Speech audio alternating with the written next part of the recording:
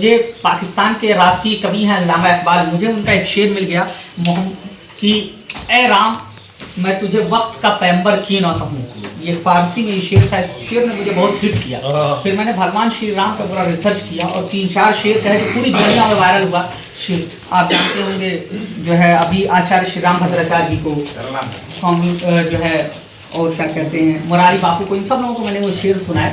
शेर सुनिए कि पूरा आपको, आप जो पत्रकार साथी हैं खासतौर पर, आप सब लोगों का जीवन उसमें दिखेगा कि आप जो यात्रा करते हैं सुनील सर, कि मेरे सफ़र का कोई इख्तिताम है कि नहीं, मेरे सफ़र का कोई इख्तिताम है कि नहीं, मेरी थकन के मुकद्दर में शाम है कि नहीं, और निकल पड़े हो जो लेके बच्चों को मेले में, ये अपने आप से एक इंतकाम है कि नहीं, और जो सीता की खातिर गया था समुंदर पे, जो सीता की खातिर गया था समुंदर पे, मेरे वजूद के अंदर वो राम है कि नहीं, मेरे वजूद के अंदर वो राम है कि नहीं।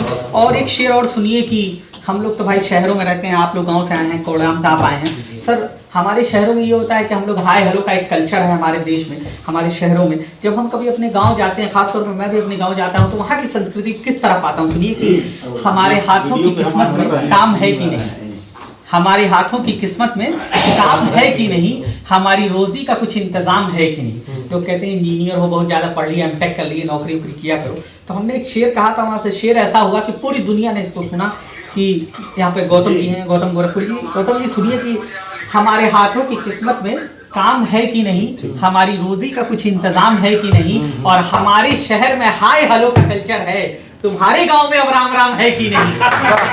भाई गांव में आप जब भी जाएंगे लोग कहते हैं राम राम है। तो ये भारतीय संस्कृति थी। आज कहीं ना कहीं देखिए, मैंने आपसे एक शब्द कहा था बोलते वक्त, पता नहीं आपने सुना या नहीं, कि एक ऐसा दौर आएगा कि भारतीय संस्कृति को ऊपर यूरोपीय संस्कृति हावी हो जाएगी। स्वामी विवेकानंद जी ने एक जगह लिखा है कि हमारे देश में जो घूंघट महिलाएं डालती थी, तो उसका एक इम्पैक्ट ये होता था कि लोग ये पहचान नहीं पाते थे कि ये किसके घर की बेटी है, बहू है या क्या है। लेकिन आज जब हमारे घर में बहू आती है तो अगले ही दिन हम उसका प्रदर्शन ही दिखाते हैं पूरी दुनिया को कि भाई ये हमारे घर इतनी सुंदर बहू आई।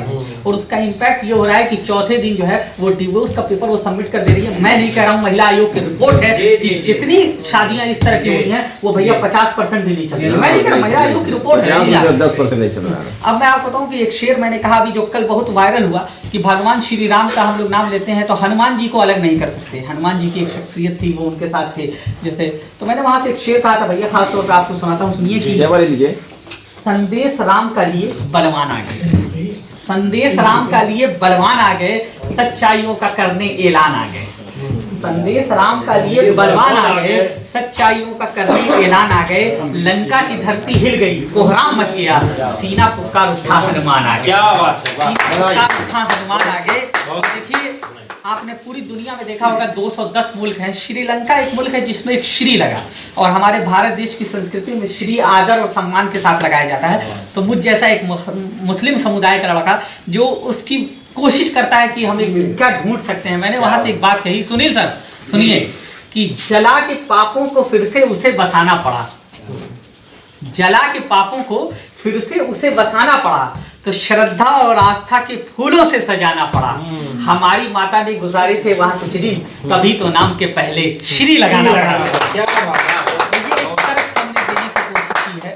और देखिए कि आप देखे होंगे कि राम सेतु का निर्माण किस तरह हुआ। गुजरात के एक राइटर है वेद व्यास, वो एक कारण लिखते हैं कि किस तरह से राम सेतु का निर्माण हुआ। अभी कुछ दिन पहले यूएन में एक मसला उठा, भारत ने कहा राम सेतु मेरा है, श्रीलंका ने कहा हमारा है। तो मुझ जैसे एक विद्यार्थी ने पढ़ने के बाद ये कहा कि सर जो मंदोदरी थी वो भगवान श्री राम से बड़ी मुतासिर थी, रावण की बीवी, और उसने कहा कि आप उनके चरणों में चले जाओ।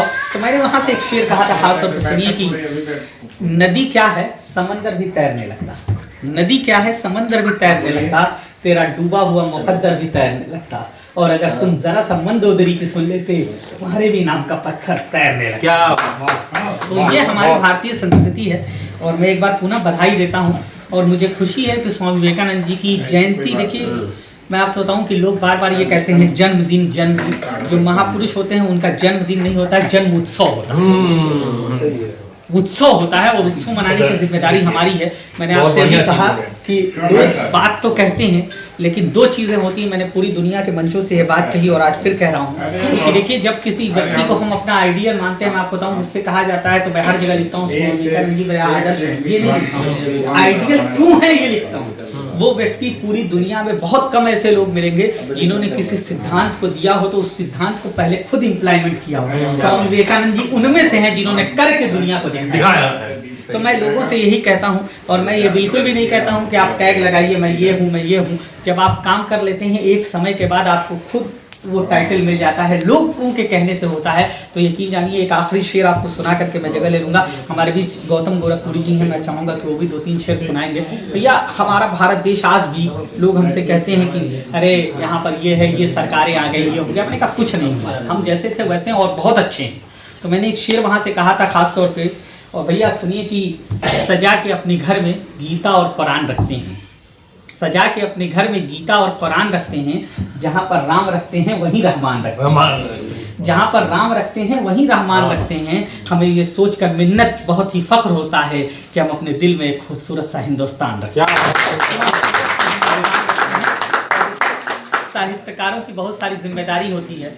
आप कभी ये आपको देखना हो कि उस वक्त का भारत कैसा था जब स्वामी विवेकानंद जी इस देश में पैदा हुए, तब आपको उनके सिद्धांतों को पढ़ना होगा, उस वक्त के कवियों को पढ़ना होगा। जब आपको भारत में सामंतवाद को देखना होगा तो आपको प्रेमचंद और जयशंकर प्रसाद को पढ़ना होगा, और आगे बढ़िए तो बाबा नागार्जुन को पढ़ना होगा। तो आपको पता चलेगा कि भारत किस तरह का देश है। या हमारे और आपके बाद आने वाली नस्लों को अगर देखना होगा तो कोई फिराक गोरखपुरी को पढ़ेगा, कोई गालिब को पढ़ेगा, कोई मीर को पढ़ेगा, तब पता चलता है। तो शायर की बड़ी जिम्मेदारी होती है, कलमकारों की बड़ी जिम्मेदारी होती है। भैया, एक शब्द होता है उर्दू में लफ्ज, जिसको आप शब्द कहते हैं, वाकई उसको लफ्ज बोलते हैं उर्दू में। मैंने एक कविता वहां से बनाई कि हम जिस गोरखपुर शहर में रहते हैं, यहाँ से मात्र 50 किलोमीटर की दूरी तय करिए तो आपको महात्मा बुद्ध मिल जाएंगे। 70-80 किलोमीटर जाइए तो महावीर प्रसाद आराम करते हुए मिल जाएंगे। इधर आगे बढ़िए पश्चिम की तरफ तो आपको मगहर में कबीरदास मिल जाएंगे। बाबा गुरु गोरक्षनाथ की धरती है, बाबा रोशन अली शाह की ये धरती है। तो मैंने एक कविता कही, और किस फॉर्म में कही वो सुनिए कि सर खास तौर पे कि लफ्ज तो आज भी इंसान की तरफ तकता है। भैया, कि लफ्ज तो आज भी इंसान की तरफ तकता है, लफ्ज कांटा ही नहीं फूल भी बन सकता है। लफ्ज टपकाएगा अमृत लबे गौतम तो हिले, रक्स फरमा हो कि कोई कान्हा तो मिले। मुंतजिर है किसी चिश्ती किसी नानक के लिए, लफ्ज हो जाएगा जिंदा कोई ईसा तो उठे। इसको बंसी में जो पिरो दो तो ये नगमा हो जाए, लफ्ज को कृष्ण जो मिल जाए तो गीता हो जाए। जब कोई बात बोलते हैं तो उसके कोई माने नहीं होते, लेकिन हजारों साल पहले श्रीमद् भगवद गीता जब वजूद में आई, आज भी पूरी दुनिया के लोग उसको पढ़ते हैं, उससे फायदा पहुंच रहा है लोगों को। आज भी उस पर हजारों लोग रिसर्च करते हैं। ये हम लोगों का दुर्भाग्य है कि हम उसके बारे में नहीं जानते, सिर्फ कैरेक्टर को जानते हैं, उसके पीछे के वजूद को, अस्तित्व को नहीं जानते। आइए, हमारे बीच डॉक्टर गौतम गोरखपुरी हैं। मैं उनसे आग्रह करूं कि जिंदगी दी है तो जीने का हुनर भी देना, पाँव बक्से हैं तो तौफीक के सफर भी देना, और मैं गूंगा था कि तूने मुझे बोलना सिखाया, अब जब मैं बोलूंगा तो लहजे में असर भी देना। गौतम गोरखपुरी जी को जोरदार तालियों को भी सुनने का